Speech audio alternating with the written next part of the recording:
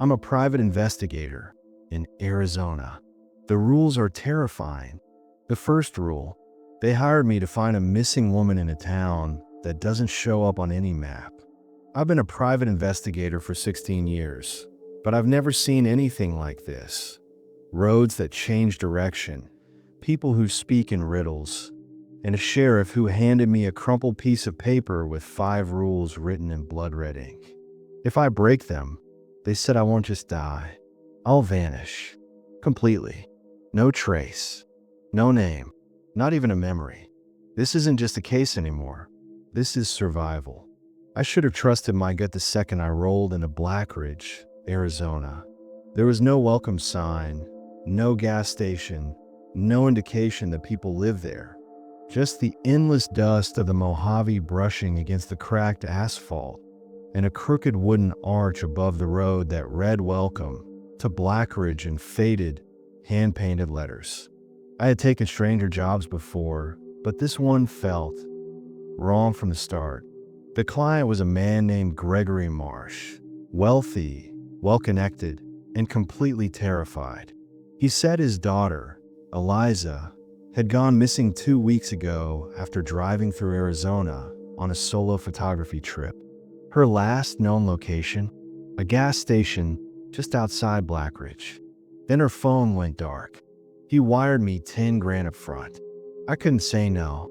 The sun had dipped below the jagged hills when I entered the town proper. The buildings looked like they hadn't been touched since the 1930s. Wooden storefronts with shattered windows, a saloon with rusted horseshoes nailed to the frame, and a sheriff's station that looked more like an abandoned shed than a functioning piece of law enforcement. I pulled up outside the sheriff's station and stepped out, dust crunching under my boots. The air smelled like copper and sagebrush, and the silence was heavy, like the town itself was holding its breath. The door creaked open before I could knock. Sheriff Abel Murner stood in the doorway, his badge dull and scratched, his eyes sunken and lifeless. He looked at me like I was already dead. "You're here for the Marsh girl," he said flatly. I nodded. "Eliza Marsh. You heard about it." "We all did," he replied, then handed me a folded piece of paper without another word. I unfolded it. There were 5 handwritten rules, scrawled in jagged ink. The rules of Blackridge. Rule number 1. Do not speak to anyone between 1:13 a.m. and 1:33 a.m. Rule number 2. If you hear your own voice whispering behind you, do not turn around. Rule number 3. Never cross the railroad tracks after midnight. They don't lead where you think. Rule number 4. If you see a little girl in white, run. Do not stop. Do not talk. Run. Rule number 5. Leave by the 7th sunset, or you'll never leave at all. Is this a joke? I asked. Sheriff Murner didn't blink. Break 1, and the town takes notice. Break 2, and it starts to like you. By 3, it wants you. After that, you're not you anymore. He shut the door before I could respond. I stood there in the fading light, clutching those rules like they were a bomb about to go off. It would have been easy to get in my car and leave right then. But then I thought of Eliza Marsh. 22, curly red hair, a laugh that made her father's eyes tear up when he spoke about her. She had disappeared here. If I left, I'd be leaving her behind. So I stayed. The only motel in town was called the Red Lantern. There were no staff, just a key left on the front desk under a bell jar. Room 2. The halls were dark, and the walls hummed, like something alive pulsed inside them.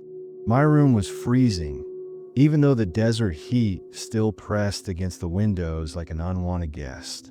I tried to sleep, but I kept waking up gasping, drenched in sweat.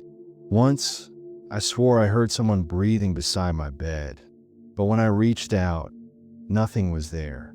Just the cold. It was 1:12 a.m. when I sat up for the final time. That's when I remembered rule number 1. Do not speak to anyone between 1:13 a.m. and 1:33 a.m. The clock flipped. 1:13. My mouth went dry. I sat still, listening. At first, nothing. Then, a knock on my door. 3 soft taps. Then silence. I held my breath. My voice screamed inside my skull, "Don't answer." But my body, it moved on its own. I crept to the door, peered through the peephole. A woman stood there, pale, trembling, mid-20s. Her red hair curled down her shoulders. "Eliza," I whispered, not realizing I'd spoken until the word left my lips. Her head snapped toward the peephole like a marionette yanked by invisible strings. "Help me," she said. Her mouth didn't move. I stumbled back from the door. The doorknob turned slowly. I rushed forward, jamming the bolt into place, just as the door rattled violently. A voice whispered from the other side. It was mine, word for word, tone for tone. "Open the door. You said Eliza, didn't you? She's here. You found her. You did it." I slammed my hands over my ears, heart pounding like war drums. After exactly 20 minutes, it stopped. The town fell silent again. The clock read 1:34 a.m. I collapsed onto the bed, trembling. My head throbbed with unanswered questions. Morning came with no sunlight, just a dull grayness that cast everything in a lifeless hue. I went to the diner. The waitress didn't speak, just pointed me to a booth and poured black coffee that smelled faintly like burnt hair. I asked about Eliza. No one answered, not even eye contact. I drove to the gas station where she'd last been seen. The pumps were ancient. A security camera hung from a bent metal arm, half melted by sun or something worse. Inside, the store was gutted. Empty shelves, dust on the counters. But in the corner, I saw a photo, taped to the fridge door. Eliza, standing in the middle of the store, smiling at the camera. Next to her, a man in a dark suit and a brimmed hat. Face blurred, almost burned out. There was something in her eyes. Not fear, not happiness, resignation, as if she knew what was coming. I took the photo, slipped it into my coat pocket, and turned to leave. The clerk was standing behind the counter now. I hadn't seen him when I came in. He wore mirrored sunglasses and had a mouth that didn't quite fit his face. Too wide, too thin. "You found her yet?" he asked. "No," I said carefully, "but I'm close." He nodded. "That's good. The town likes new faces, but likes to keep them." "What's that supposed to mean?" "Means you'd best remember the rules, detective. Especially Rule 3. I stared. The railroad tracks. He smiled. "Too many teeth. You ever wonder where they lead?" "No. Should I?" He leaned forward. "Everyone wonders, but they only wonder once." I left without another word. That night, I sat in my motel room and stared at the tracks from my window. They cut through the desert behind the town like a scar.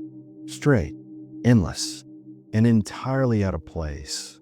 There hadn't been an operational train line in this area for over 60 years. But just before midnight, I heard the whistle. Long, low, haunting. A train rolled by, slow and silent, wheels turning without sound. It gleamed under the moonlight, polished, untouched by time. And standing in a last car, Eliza. She stared straight at me, eyes pleading. And then the train was gone. Just like that. I ran outside, crossed the road, and stopped at the tracks. Rule 3 screamed inside my skull. Never cross the railroad tracks after midnight. But I had to know. I had to break the rule. The tracks in the eyes. The desert air cut like a razor as I stood at the edge of the railroad tracks. The midnight train had vanished into the horizon, but Eliza's face lingered in my mind. Pale, haunting, and silently screaming for help. The image refused to leave me. Rule 3 clawed at my thoughts. Never cross the railroad tracks after midnight. They don't leave where you think. But I had already broken Rule 1. I had already spoken during the cursed hour. Whatever the town taking notice meant, I was probably halfway down that path already. So I stepped forward. My foot hit the metal track, and a sound like cracking ice echoed through the air. The hairs on my neck stood up as a breeze swept across the desert, cold and sharp, carrying with it the scent of rust, ash, and something sweet, like rotting peaches. I stepped fully across. At first, nothing happened. No lightning from the heavens. No hand grabbing me from below. Just silence. The town of Blackridge behind me seemed unchanged, bathed in dim moonlight and wrapped in an eerie stillness. But when I turned back toward the motel, it was gone. So was the town. So was the desert. I stood in a different world entirely. The sky had turned a deep, bruised purple, filled with thick, slow-moving clouds. The air felt heavier, thicker, harder to breathe. The stars above me weren't stars at all, but pinpricks of red light, each one pulsing like a heartbeat. The tracks were still beneath me, but they glowed faintly now. Faint, molten orange lines stretching into a distant dark horizon that looked impossibly far away. I took a cautious step forward. The ground beneath my feet had changed too. No longer dry desert soil, but a dark, spongy earth that squelched with each step. The further I walked, the louder the sound became. Wet, squelching, almost breathing. That's when I heard the first whisper. It sounded exactly like my voice. "Why did you come here?" I spun around. No one behind me. Just the endless rail line and a field of tall, dead grass. Another whisper. Closer this time. "She's not yours to find." I clenched my fists, tried to stay calm. "Eliza," I called out. "If you're out here, say something." The wind hissed. The world seemed to recoil at her name. And then the silence cracked. A figure emerged ahead, faint, flickering like static. It was her. Eliza stood just beyond the next bend in the track, motionless, her hair drifting as if underwater. I broke into a sprint, shouting her name again. She didn't run, didn't even blink. When I reached her, I realized why. She wasn't real, just an afterimage. A ghost burned into the air. As I reached out to touch her, her face twisted, not into fear, but something older. Her skin peeled back, revealing a second face beneath. Not human, not even close. Rows of teeth, eyes without lids, a mouth that stretched across the entire width of its head. The thing wearing Eliza's shape opened its mouth and spoke in a voice that wasn't hers, wasn't mine, wasn't anyone's. "You should not have crossed." I stumbled backward as the image burned itself away into smoke, leaving only the endless tracks before me. Then I heard a second whistle, this one much closer. I turned and saw the train returning. It wasn't moving on the rails, though. It floated several feet above them, gliding like a serpent. Lights flickered in the windows, showing flashes of impossible things. A man hanging upside down from the ceiling, a little girl sobbing blood, a goat-headed figure staring directly at me.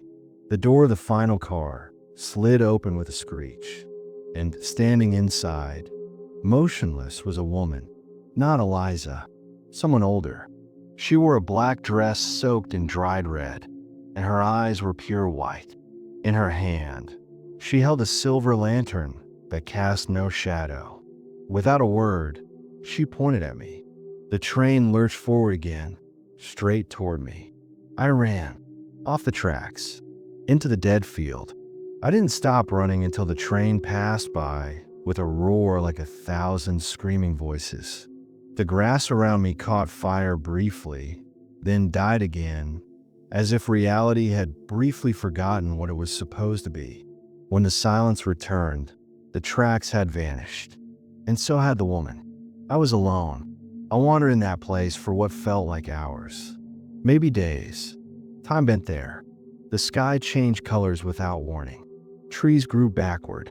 At one point, I saw a version of myself walking in the opposite direction, bloodied, limping, eyes hollow. He didn't look at me.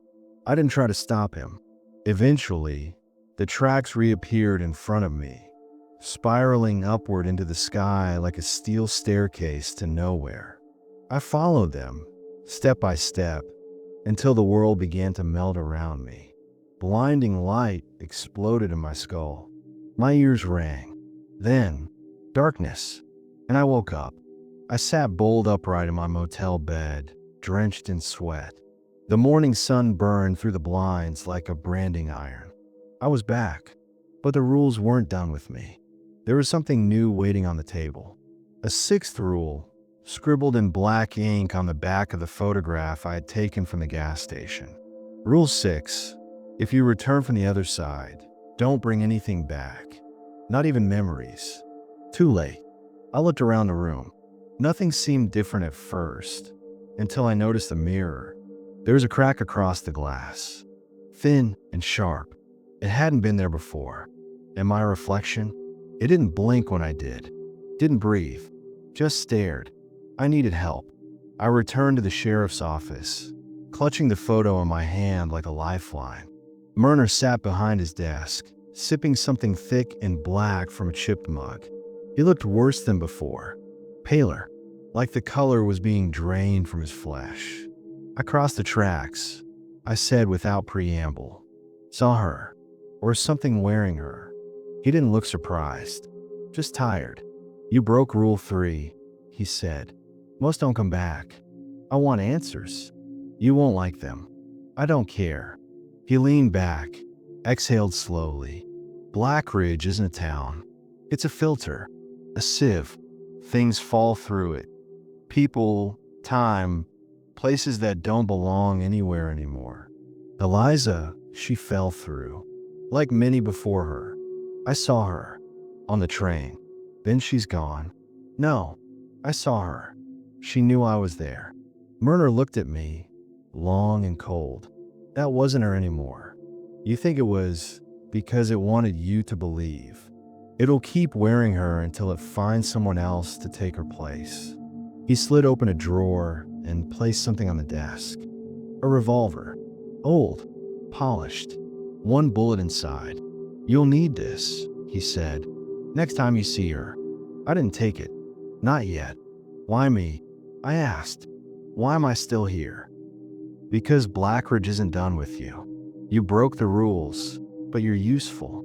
It doesn't just want victims. It wants stories. Witnesses. It feeds on the telling. That was when I understood. The rules weren't protection. They were bait. They were the town's game. I left the office with the revolver tucked into my coat. Back in my room, the mirror had shattered completely. On the wall, in jagged letters scrawled in soot. 4th rule next. I sat down on the edge of the bed, hands shaking as I reached into my pocket and pulled out the old photo of Eliza. My fingers brushed across the surface, and her eyes moved, just slightly, but enough. She was still in there, somewhere, which meant I still had time. But time, in Blackridge, wasn't on anyone's side. The girl in white. The desert doesn't hum. It buzzes. A low, endless vibration, like a swarm of cicadas chewing through the air. After a few days in Blackridge, that sound never truly stops. It weaves its way into your thoughts, your bones, your sleep. It's not just the heat or the silence. It's the town thinking, watching. I sat in my motel room, staring at the cracked mirror. The words written in soot still burned into my mind. 4th rule next. The room felt colder now, too quiet. And then I realized the buzzing had stopped. That was when the lights flickered. The power didn't go out. It twitched like something alive. The lamp near the bed clicked 3 times, dimmed, then turned back to full brightness. My phone vibrated. A text popped up from an unknown number. No name, just one word. Run. The screen went black. I didn't hesitate. I grabbed the revolver, the photograph of Eliza, and bolted out the door. The hallway of the motel had stretched. That's the only way I can describe it. Where it once took maybe 10 paces to reach the lobby, I counted 43. And the wallpaper? It wasn't the faded floral I remembered. It had shifted. Now a pattern of pale faces, mouths open in silent screams.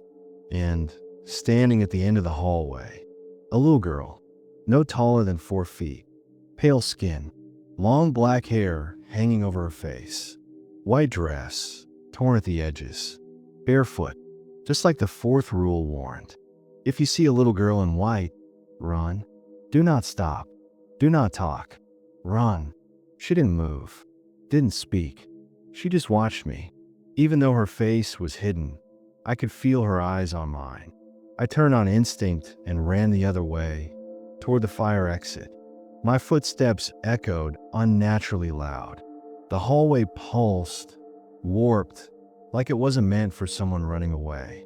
Doors on either side slammed open and shut with no one behind them.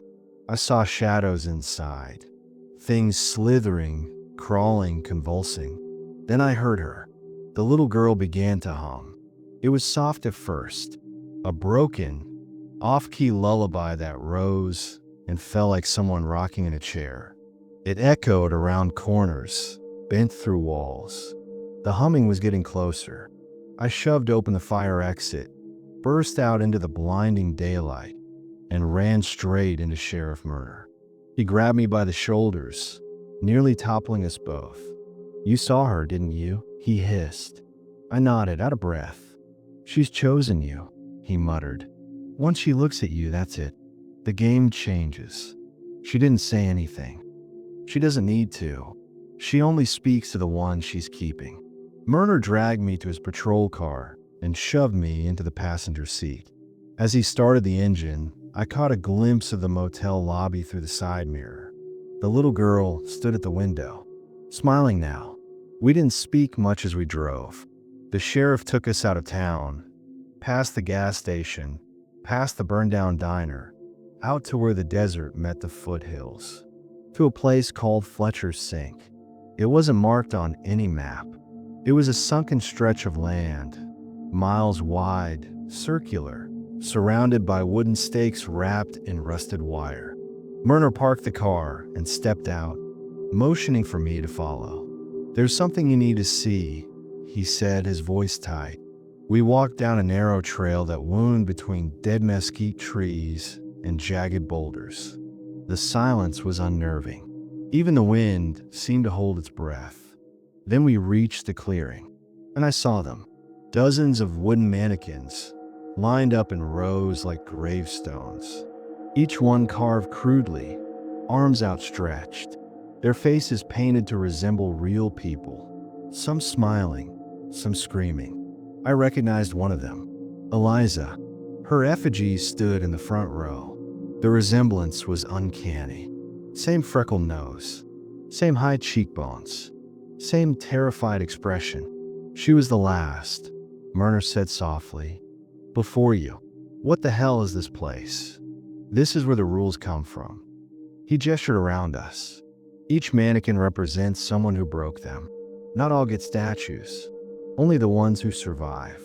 The town remembers them, but they never leave. He reached into his coat and handed me something, an old, faded Polaroid. I flipped it over. It was a picture of me, taken from behind. I was standing on the train tracks. "When was this taken?" "Yesterday," he said, but I was alone. He didn't answer, just turned and started walking back. I stared at my likeness, the grainy image showing more than just me. There was something behind me, a shadow, tall, thin, grinning. It hadn't been there before. Back at the motel, I didn't go to my room. The little girl had left something for me. A trail of white stones, each one the size of a child's palm, led from the parking lot across the highway and into the hills. Laid out perfectly, purposefully. I followed. I know I shouldn't have, but Eliza's face haunted me, and maybe some foolish part of me believed the girl would lead me to her. Maybe she was trying to help, or maybe, just maybe, I didn't care anymore. The stones led to an abandoned house nestled into the hills, hidden from the road by overgrown brush. It looked ancient, sun-baked, walls cracked, windows like hollow eyes. The porch creaked as I stepped onto it. The front door was open. I entered slowly. The smell hit me first, sour and metallic, blood and rust. Inside, everything was coated in dust, but there were fresh footprints in it. Small, barefoot. The humming returned. Closed this time, coming from upstairs. I followed it. At the top of the stairs was a single door, slightly ajar. Inside was a nursery, walls peeling, crib empty.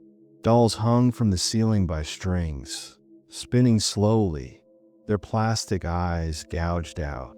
And in the center of the room stood the little girl. She looked up at me. Her face was no longer hidden. It was mine, perfectly replicated. Every scar, every line, every tired shadow under the eyes.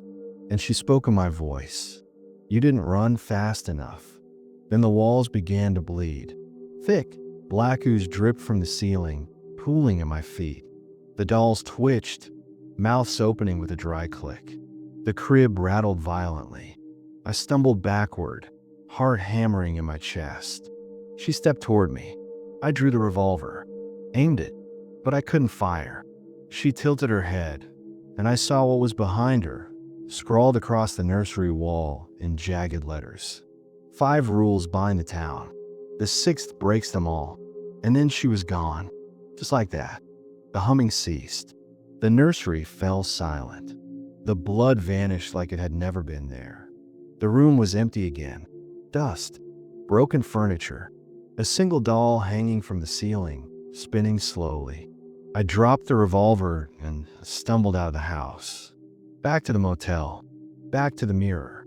This time, the mirror had changed again. It no longer showed me. It showed her, Eliza, but she was older now, worn, pale. Her eyes were bloodshot and vacant. She was inside the mirror, trapped, scratching at the glass, silently begging for release. I touched the surface, cold, unyielding, and then she mouthed something. One word, rule, the 6th rule.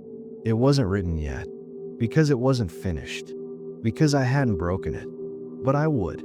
Soon. Something in this town wanted me to, needed me to. Each rule wasn't protection.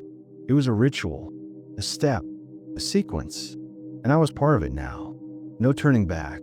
The next time I'd see the girl, I wouldn't be able to run, because now she had my face, and I had hers.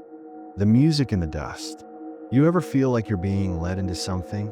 Not forced led, like a tune stuck in your head, soft at first, but it keeps playing until your thoughts belong to it. I came to Blackridge to find a missing woman, but the deeper I dig, the louder the music gets. And now I know the 5th rule, and why no one lives to break it. The 5th rule was carved into my motel wall. I woke to find it etched in deep, angry lines across the headboard. Do not follow the music into the desert. It's not calling for you. But that was a lie, because the music was calling for me. It had been for hours.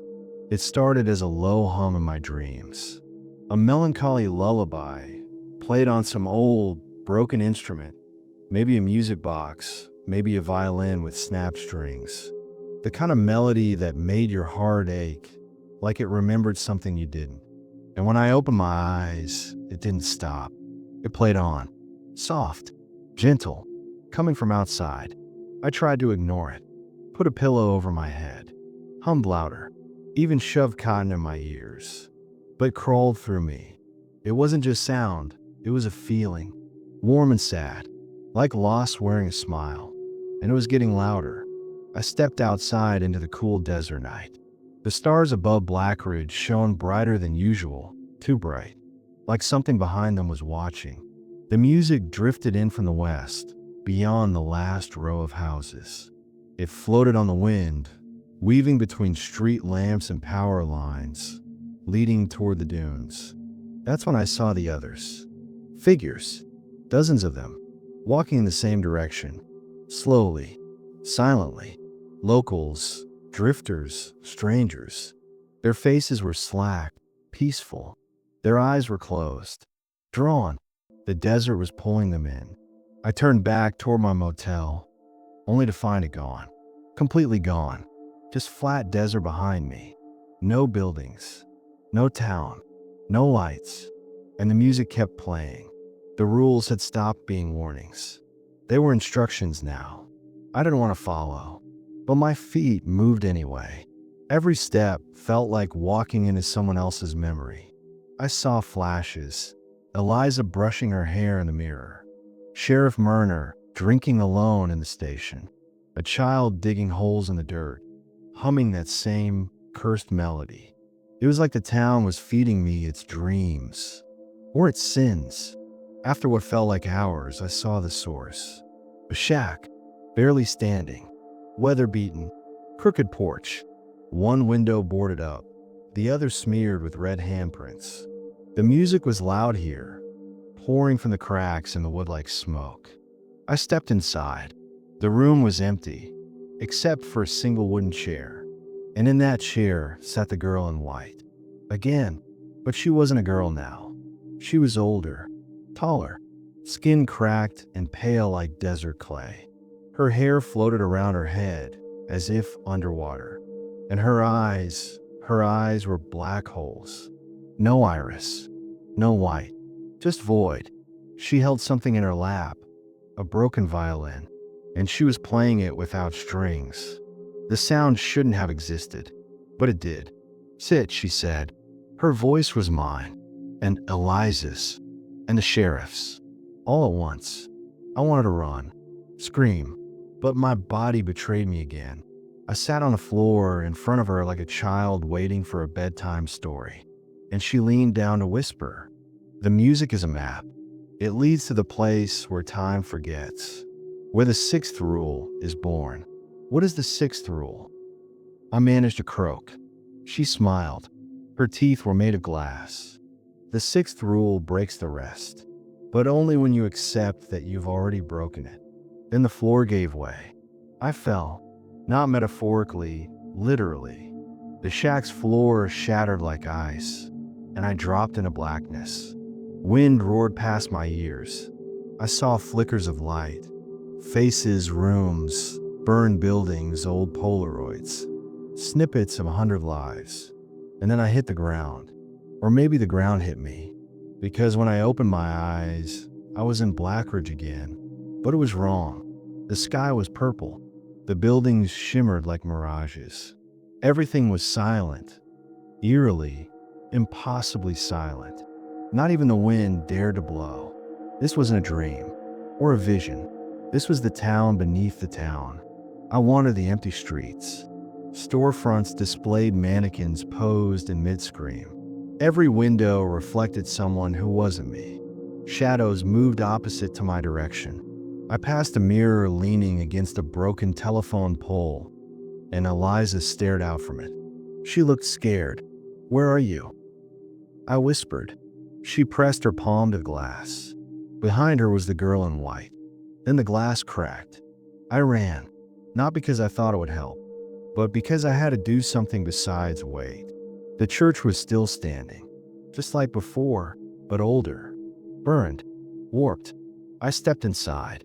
The pews were full of unmoving people, all staring ahead. Glass eyes, mouth stitched shut.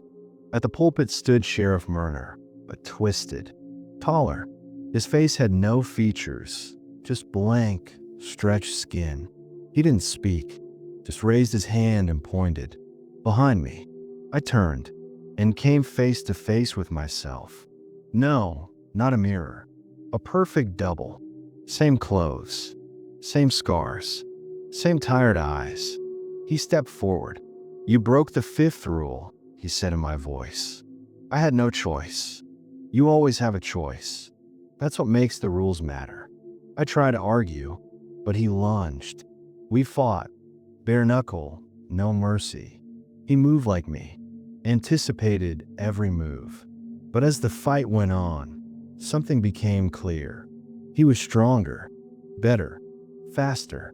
Because he wasn't carrying the fear I was. He wasn't afraid of the town.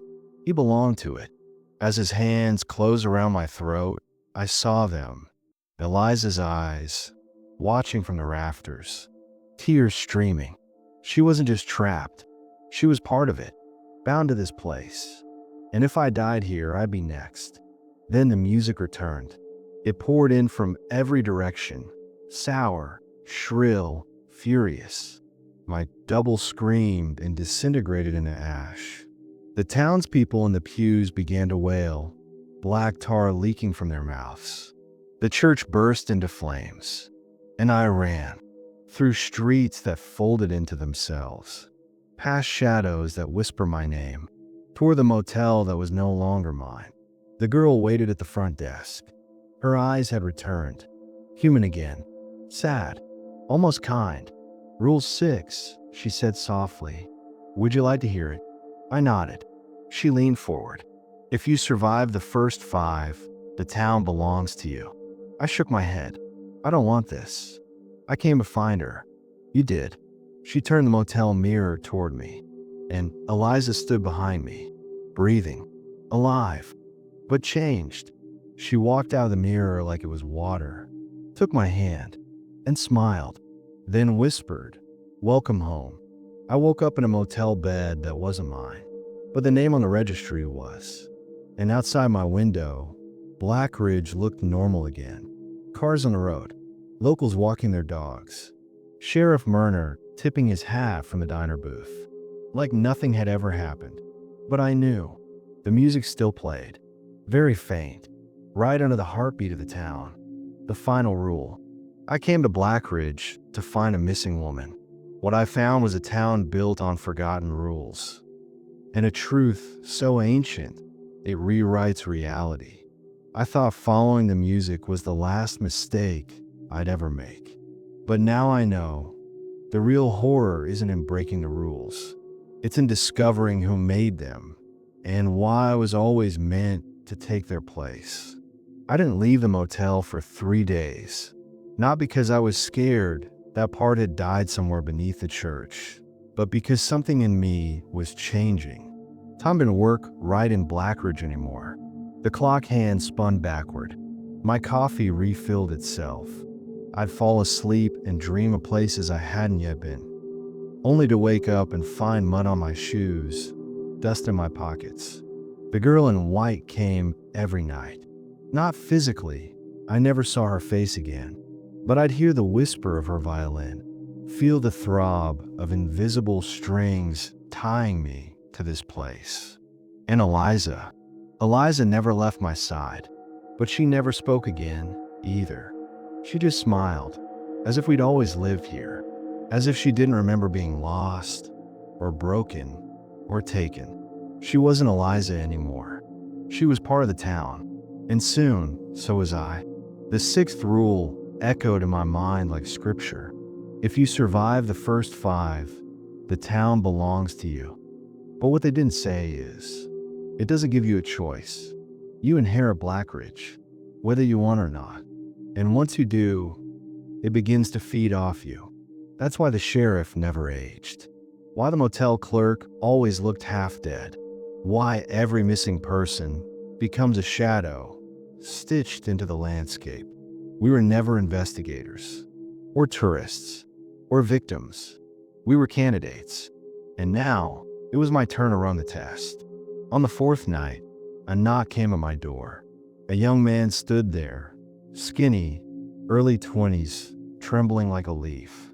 He had a beat-up satchel and eyes full of panic. "You're the PI?" he stammered. I need help. My sister went missing last week. The police won't listen. They say she never existed." My throat closed. It had started again. The cycle. My cycle. I invited him in, gave him coffee, asked his sister's name. He said, "Eliza." The cup shattered in my hand. He didn't notice, because he wasn't real. Not fully. He was me, a new version. The loop had begun. Just like I'd been led here, someone else was now stepping into the web. And I was its keeper, but I hadn't said the final rule yet. Hadn't spoken it aloud. Not until now. The town had one last secret, buried deep beneath the dust and rock. Older than Blackridge, older than names. A hollow place called the Sink. I didn't find it. It found me. One night, I woke up already walking, Eliza trailing behind me like a ghost. We moved through the desert without flashlights. The stars blinked out one by one, as if something was eating the sky. And then we reached it. A pit. Wide. Endless. A sinkhole that pulsed like a heartbeat. Inside it was nothing. Not emptiness. Not air. Just absence. The color of bone dust. The sound of silence trying to scream. The girl in white stood at the edge. Her dress fluttered like moth wings. "You are the last thread," she whispered. "Pull it, and the pattern will show." I didn't understand until I saw my name, carved into the dirt, again and again, overlapping, fading, disappearing. Thousands of iterations, thousands of me, all failed, all vanished, all pulled into this final test. Except me. I'd made it farther, because I asked the right question. Not what happened to Eliza, but what is Blackridge? The girl's voice filled my skull. Every story needs a reader. Every spell needs a mouth. Every curse needs a keeper. Why me? I asked. Because you don't believe until it's too late. And with that, she stepped backward, into the pit. No scream, no fall, just gone. I should have left. I should have walked away. But I couldn't, because I needed to see, needed to understand. So I looked down, and I saw myself, sitting in the motel lobby, taking another case, handing out another rule sheet, welcoming another fool into the spiral. I screamed, and the sound looped, echoing forever. I woke in the church, back in the pew, surrounded by the townspeople, all smiling, all stitched, and at the pulpit stood me, dressed like the sheriff, reading from the rules. Calm, cold. The first rule, I began, don't stay after sundown. And I couldn't stop. The words fell from my mouth like blood. I wasn't just trapped. I was now the voice of Blackridge, the mouthpiece, the executioner. If you're watching this, if somehow this footage made it out, then I failed. Or maybe you're next. That's the final rule. The seventh, unspoken rule. If you hear the story, you are part of it. And now you know it too. So if someone knocks on your door, if someone hands you a case file, if a missing name rings too familiar, run or don't. Either way, welcome to Blackridge. The end.